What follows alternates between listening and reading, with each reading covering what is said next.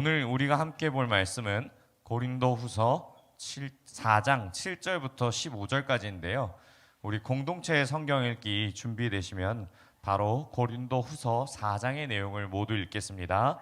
고린도후서 4장 7절부터 15절까지의 말씀인데 오늘은 공동체 성경 읽기로 고린도후서 4장의 말씀을 모두 함께 읽도록 하겠습니다.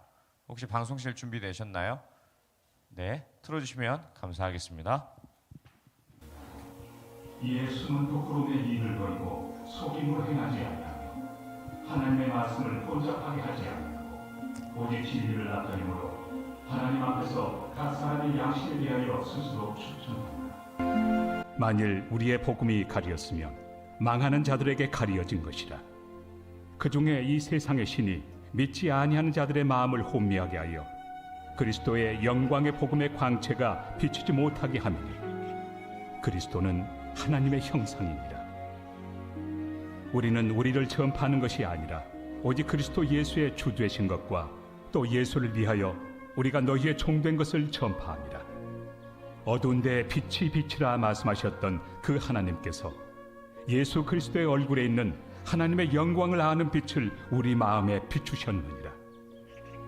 우리가 이 보배를 질그릇에 가졌으니 이는 심히 큰 능력은 하나님께 있고 우리에게 있지 아니함을 알게 하려 함이라. 우리가 사방으로 우겨쌈을 당하여도 쌓이지 아니하며 답답한 일을 당하여도 낙심하지 아니하며 박해를 받아도 버림바 되지 아니하며 거꾸로 뜨림을 당하여도 망하지 아니하고 우리가 항상 예수의 죽음을 몸에 짊어짐은 예수의 생명이 또한 우리 몸에 나타나게 하려 함이라. 우리 살아있는 자가 항상 예수를 위하여 죽음에 넘겨짐은 예수의 생명이 또한 우리 죽을 육체에 나타나게 하려 함이라. 그런즉 사망은 우리 안에서 역사하고 생명은 너희 안에서 역사하느니라. 기록된 바 내가 믿었으므로 말하였다 한 것 같이 우리가 같은 믿음의 마음을 가졌으니 우리도 믿었으므로 또한 말하노라. 주 예수를 다시 살리시니가 예수와 함께 우리도 다시 살리사 너희와 함께 그 앞에 서게 하실 줄을 아노라. 이는 모든 것이 너희를 위함이니 많은 사람의 감사로 말미암아 은혜가 더하여 넘쳐서 하나님께 영광을 돌리게 하려 함이라. 그러므로 우리가 낙심하지 아니하노니 우리의 겉사람은 낡아지나 우리의 속사람은 날로 새로워지도다. 우리가 잠시 받는 환난에 경한 것이 지극히 크고 영원한 영광에 중한 것을 우리에게 이루게 하느니 우리가 주목하는 것은 보이는 것이 아니요 보이지 않는 것이니 보이는 것은 잠깐이요 보이지 않는 것은 영원함이라.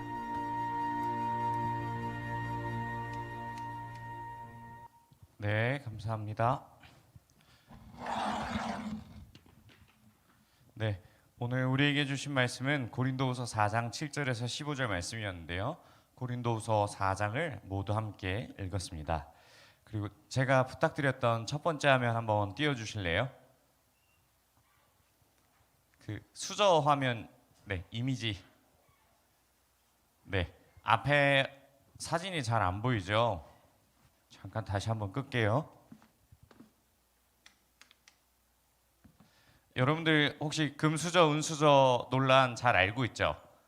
여러분들 몇 년 전에 한때 유행하던 수저에 대한 이야기인데 나는 뭐 흙수저고 누구는 동수저, 누구는 은수저, 누구는 금수저, 그 이상으로 얘기해서 누구는 티탄 수저 이렇게 얘기했던 기억이 납니다. 혹시 나는 금수저다. 한번 손 한번 들어볼까요? 나는 금수저다. 아니면 없네요. 나는 흙수저다. 그러면 나는 은수저 정도는 된다. 반응이 너무 없네. 나는 동수저다. 뭐야? 나는 아무 수저도 아니야? 자, 여러분 지목해서 질문하겠습니다. 자, 우리 회장님.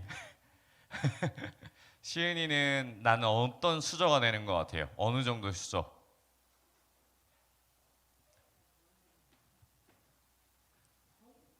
동수저? 동수저는 이 이미지에 없어요. 나는 동수저 정도 되는 것 같고 옆에 지유 같을 동수저? 우리 남자친구 중에 한번 물어볼게요. 오랜만에 도영이, 나는 어떤 수저인 것 같아? 동수저? 아, 흑수저는 아니고 동수저는 되는 것 같아? 그러면 나는 흑수저다. 오, 흑수저는 없어? 그렇군. 이 이미지가 어떤 이미지냐면, 당시에 수저 논란이었을 때 이킨이라는 일러스트 작가가 있습니다. 그런 이 이킨이라는 작가가 자신의 페이스북에 몇 장의 이미지를 올린 것이 바로 이 이미지인데요. 뜨거운 불 속에서 모든 것은 녹는데 유일하게 버티는 것이 흙이었다라고 이야기를 합니다. 여기 이미지는 잘 안 보이지만 은이 녹는 온도가 960도래요. 그리고 금은 1063도에서 녹고, 그리고 흙은 1200도가 돼도 버틴다라고 이야기를 하죠. 그래서 모든 온도에서 다 어려움 가운데 버텼는데, 무엇보다 아름다운 흙은 1200도의 온도에서 어떻게 바뀌게 됐냐면 흙수저는 도자기 수저로 바뀌었다라고 이야기를 합니다. 그래서 우리 안에 있었던 이 모든 것이 우리가 흙수저라고 하는 그 어려움 속에서도 굉장히 우리 안에 어떠한 시사하는 바를 알게 되게 하죠. 흙은 더 높은 온도에서도 견딜 수 있고 아름다운 도자기로 태어날 수 있다는 사실에 많은 사람들이 이것에 공감하였고, 수저 논란에 위로를 주는 굉장히 좋은 사례가 되었습니다. 오늘 말씀에도 흙수저와 이 흙과 관련된 매우 비슷한 이야기가 나옵니다. 그것은 무엇이냐면 바로 질그릇이란 이야기입니다. 우리 7절 말씀을 한번 띄워주실까요? 7절 말씀을 우리 함께 읽도록 하겠습니다. 시작. 우리가 이 보배를 질그릇에 가졌느니 이는 심히 큰 능력이 하나님께 있고 우리에게 있지 아니함을 알게 하려 함이라. 아멘. 이 질그릇에 대해서 이야기를 했을 때 우리는 흙수저와 이 질그릇이 굉장히 비슷하다는 공통점이 나타나게 됩니다. 이 질그릇을 만들려면 진 흙을 물을 부어서 짓이겨서 진흙으로 만든 다음에 토기장이가 이 물레에다가 이 진흙을 올려서 빚기 시작합니다. 당시에 쓰였던 이 질그릇은 굉장히 우리의 일상생활에 잘 쓰이는 그릇이었습니다. 흔하게 쓰는 그릇이었는데 이 7절 말씀을 보면은 이 보배를 질그릇에 가졌다라고 이야기하기 시작합니다. 그렇다면 한번 상상해 볼까요? 우리 안에 있는 어떠한 그릇이 있는데 그릇 안에 그것에 가장 좋은 보배를 담그게 되면 이 그릇의 가치는 어떻게 됩니까? 이 안에 무엇이 담겨 있냐에 따라서 이 사람의 가치가 달라지게 됩니다.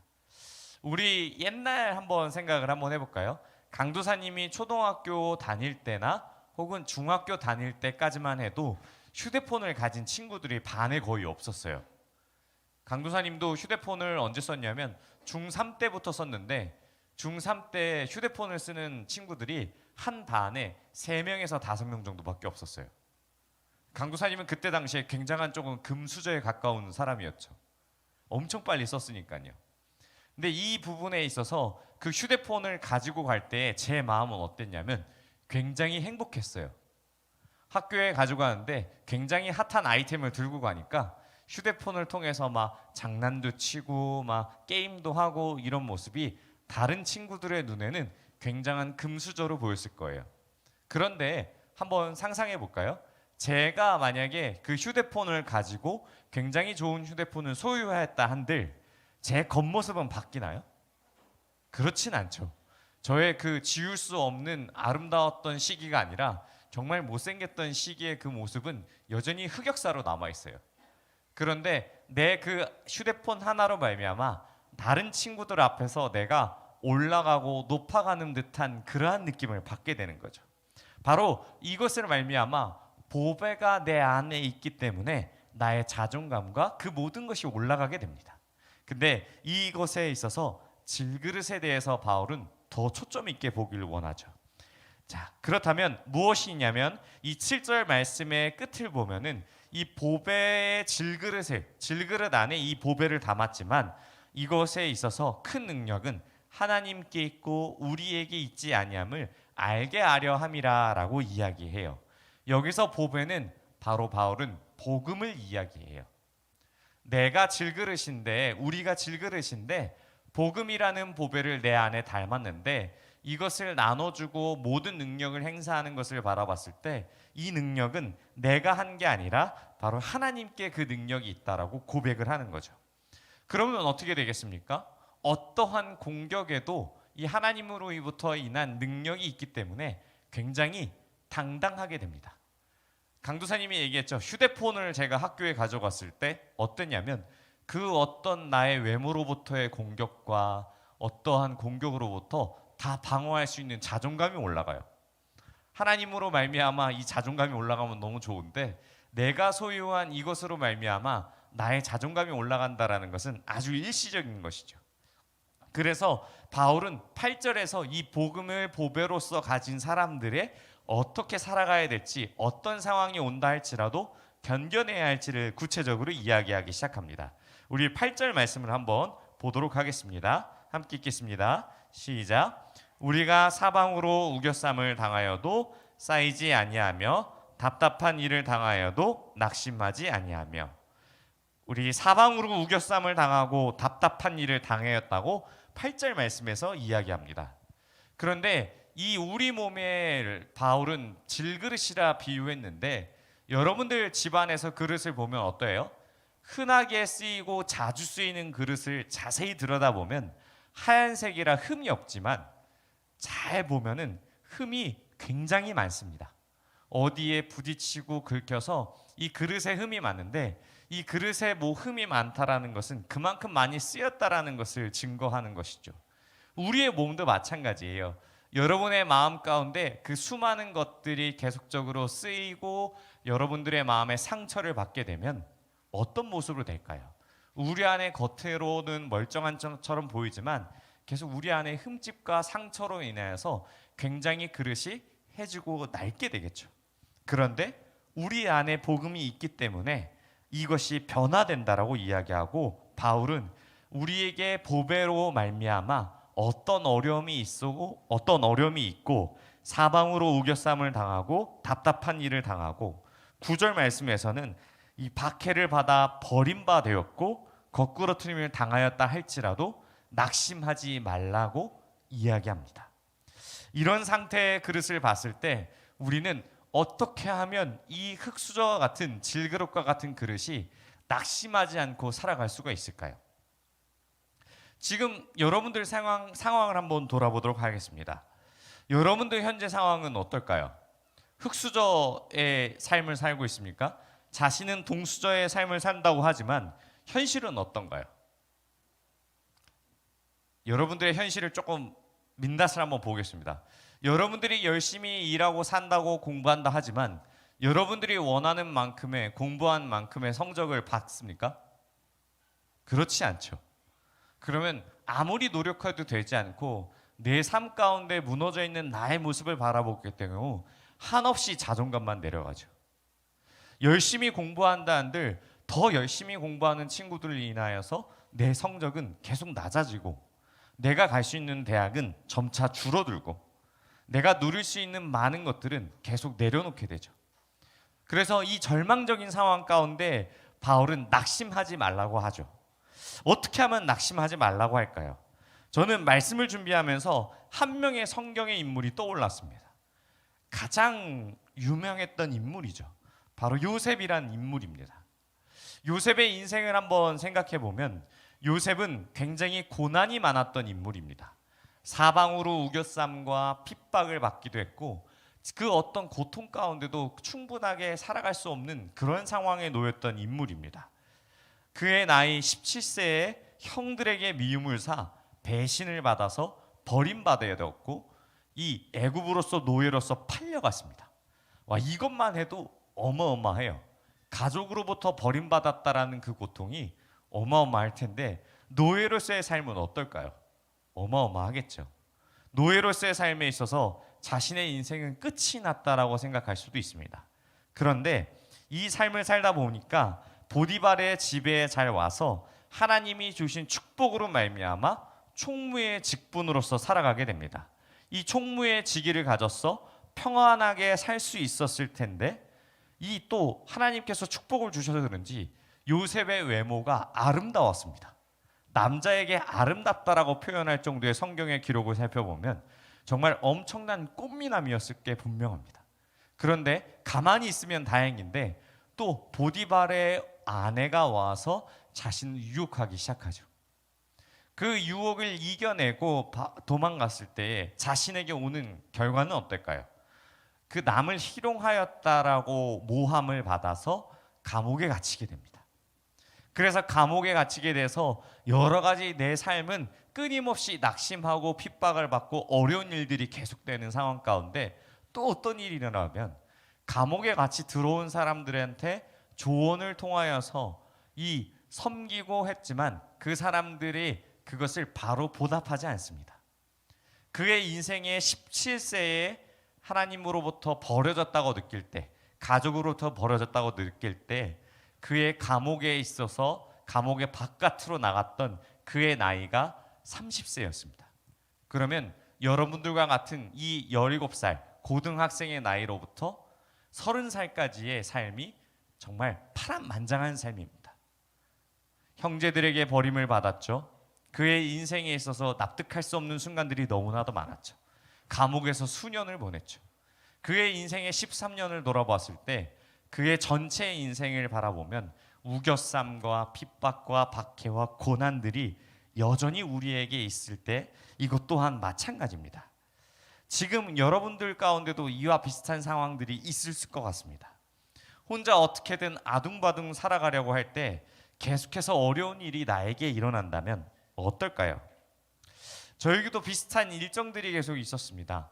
정말 어려운 순간들이 늘 많았고, 그런데 그 상황 가운데에 저는 이 보배로 말미암아 다시 한번 하나님의 은혜로 살아가는 그 순간을 느끼게 됩니다. 사방에서 우겨쌈을 당하고 핍박과 고난, 아무리 계속 노력해도 결과가 나오지 않는 일의 주인공이 나였을지라도 이런 질그릇과 같은 인생 속에서 우리가 살아남을 수 있는 방법은 유일하신 보배이신 그리스도를 아는, 보배를 소유하는, 복음을 통해 그리스도를 믿는 방법밖에 없다라고 성경은 이야기합니다. 저는 이 표현에 있어서 굉장히 조금 박영석 목사님의 표현을 빌려오도록 할 것 같습니다. 요셉은 세상의 질서 가운데 있던 사람이 아니라 바로 하나님의 창조의 질서 가운데 있던 사람입니다. 그래서 극한의 이 땅의 고통 가운데서 살아갈 수 있던 것입니다. 세상의 질서에 편입을 하면은 내가 워낙 편한 삶대로 살아갈 수 있지만 하나님의 질서 가운데 있기 때문에 세상의 질서를 따르지 않고 하나님의 질서 속에서 살아가기 때문에 언제 어디서든 나의 상황과 환경이 어려울지라도 하나님이 나를 언제든지 구원해 줄 수 있는 믿음이 그 안에 있었기 때문에 이 상황을 견디고 버틸 수 있는 것입니다. 그래서 성경은 이것에 관해서 무엇을 기록하고 있냐면 하나님이 요셉과 함께 하심으로 비록 그의 몸이 감옥에 있을지라도 그의 삶이 형통하였다라고 기록하고 있습니다. 여러분들의 상황 가운데 우리 역시도 마찬가지입니다. 때로는 삶의 방향이 어디로 향하는지 분명하게 알 수 없습니다. 여러분들 어디에 학교로 가서 무슨 공부를 할지, 대학을 나와서 어디에 취업할지는 아무도 예상할 수 없습니다. 그 어떤 순간보다도 내가 간절히 바라고 원하는 그 방향성으로 가지 않을 때가 더 많기 때문입니다. 하나님의 백성들도 마찬가지였습니다. 이 출애굽했을 때에 노예로서의 삶을 살다가 자유의 삶을 만끽하는데 어디로 갈지 몰라 헤매고 있을 때 그때 하나님의 믿는 백성들은 하나님이 인도하심을 따라 나아가기 시작합니다. 그리고 그것에 관해서 의심하지 않습니다. 요셉도 바울도 우리와 같은 연약한 질그릇과 같은 사람이었습니다. 하나님은 연약한 질그릇을 통해서 창조의 질서를, 자신의 뜻을 드러내고자 하십니다. 바로 보배인 그리스도를 통해서 말입니다. 그리고 그 진리를 믿는 사람들은 어떻게 살아가야 하는지를 구체적으로 11절 말씀에서 바울은 이야기합니다. 우리 말씀을 11절 말씀을 함께 읽겠습니다. 시작. 우리 살아있는 자가 항상 예수를 위하여 죽음에 넘겨짐은 예수의 생명이 또한 우리 죽을 육체에 나타나게 내려 하려 함이라. 이 바울은 11절에서 우리를 살아있는 자라고 이야기합니다. 이 말씀의 전체를 보면은 우리가 살아있는 자, 이 땅에서 살아가는 동안의 시간을 의미하는데, 이것을 항상이란 단어를 강조하여서 이 땅에서 살아가는 동안 항상 하나님의 뜻을 나타내야 하는 것이 바로 우리의 방향성이라 이야기합니다. 또 예수님의 죽음을 몸에 짊어지고 예수를 위하여 죽음에 넘기라라고 12절에서 이야기합니다. 이 말씀을 봤을 때 굉장히 조금 우리 안에 어렵습니다. 이 말씀을 대언하면 곧 십자가를 지라고 하는 이야기인데, 우리는 예수님의 죽음과 그 모든 것을 질 수 없습니다. 이것은 우리가 가둔 질그릇의 사람들은 이것을 감당할 수 없습니다. 예수님의 죽어 있는 그 상태까지도 본받아야 하는데, 우리는 예수님이 이겨내셨던 이 삶을 우리는 감당할 수 없습니다. 그렇다면 우리 안에서의 진정한 방향성에 대한 이 말씀은 무엇이냐면, 예수님을 따라 십자가를 지고 나아갈 때 이 삶은 우리의 삶이 아니라 바로 각자의 몫으로 바뀌게 됩니다.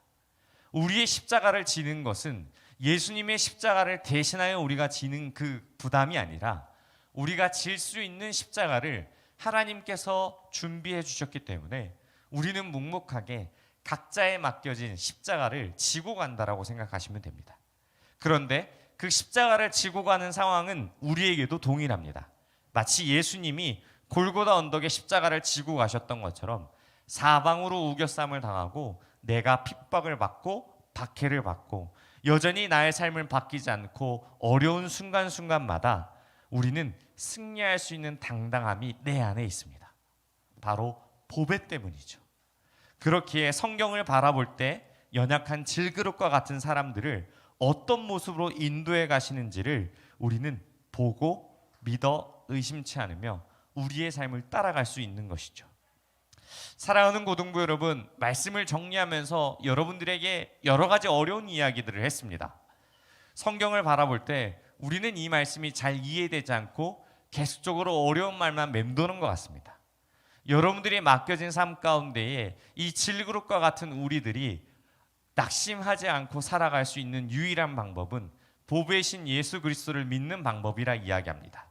바울은 그러면 어떠한 상황에도 낙심하지 않을 이유가 바로 이 보배로 말미암아 있다고 얘기할 때, 우리는 우리의 질그릇이 연약하여서 부서지기 쉽고 깨지기 쉬운 존재이지만 여전히 완전하게 부서지지 않으며 오히려 우리의 연약함과 흠을 통하여서 하나님의 강함을 드러낼 수 있습니다. 사랑하는 고등부 여러분, 굉장히 좀 어렵습니다. 오늘 주신 말씀을 잘 기억하셨으면 좋겠습니다. 하나님의 진리의 복음 가운데 여러분들은 세상의 질서 가운데 사는 것이 아니라 바로 창조의 질서 가운데 사는 사람들입니다. 하나님의 질서 안에서 우리가 있을 때에 세상이 질타하는 그 모든 환난과 고난 속에서도 우리는 포기하지 않고 오히려 보배로움으로 나아갈 수 있고, 세상과 당당히 맞서 싸울 것은 든든한 백, 바로 하나님이 우리와 함께 하시기 때문입니다. 여러분들은 보배롭고 존귀한 존재이며 어떤 어려움 가운데서도 소망 대신 주님을 믿고 의지하며 나아가는 저 여러분이 되시길 바랍니다. 우리 들은 말씀을 생각하며 함께 기도하겠습니다. 하나님, 우리 안에 주어주신 그 믿음의 의미를 따라 나아가게 하여 주옵소서. 이 보배를 우리 안에 연약한 질그릇에 담았으니 크신 능력이 하나님께 있음을 붙잡고 그 어렸던 어려움에도 소망 되신 주님을 믿고 의지하며 나아가는 우리를 되게 해달라고 우리 주여 한번 부르시고 통성으로 함께 기도하겠습니다. 주여